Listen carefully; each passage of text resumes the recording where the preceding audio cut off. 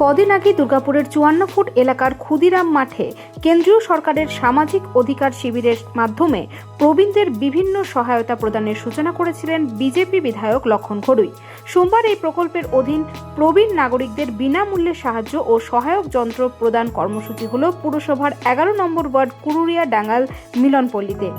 এই প্রকল্পে মোট 7,000 ব্যক্তিকে নিজের বিধানসভায় সাহায্য করা হচ্ছে বলে জানান দুর্গাপুর পশ্চিমের বিজেপি বিধায়ক লক্ষণ ঘড়ুই। মোট 7টি আইটেম তিনি বিধায়ক কোটার মাধ্যমে বিতরণ করছেন ষাটোর্ধ্ব প্রবীণ নাগরিকদের। দুর্গাপুরের মোট 27টি ওয়ার্ডে এই কর্মসূচি চলবে। এই কর্মসূচিকে কটাক্ষ করে পাণ্ডবেশ্বরের বিধায়ক তথা পশ্চিম বর্ধমান জেলা সভাপতি নরেন্দ্রনাথ চক্রবর্তী বলেছেন, বিজেপি বিধায়ক নাটক করছে, তাকে সারা বছর এলাকায় দেখা যায় না। বিজেপির প্রচুর টাকা আছে, তাই মানুষের পাশে না থেকে ভোটের আগে প্রচুর টাকা খরচ করছে তারা।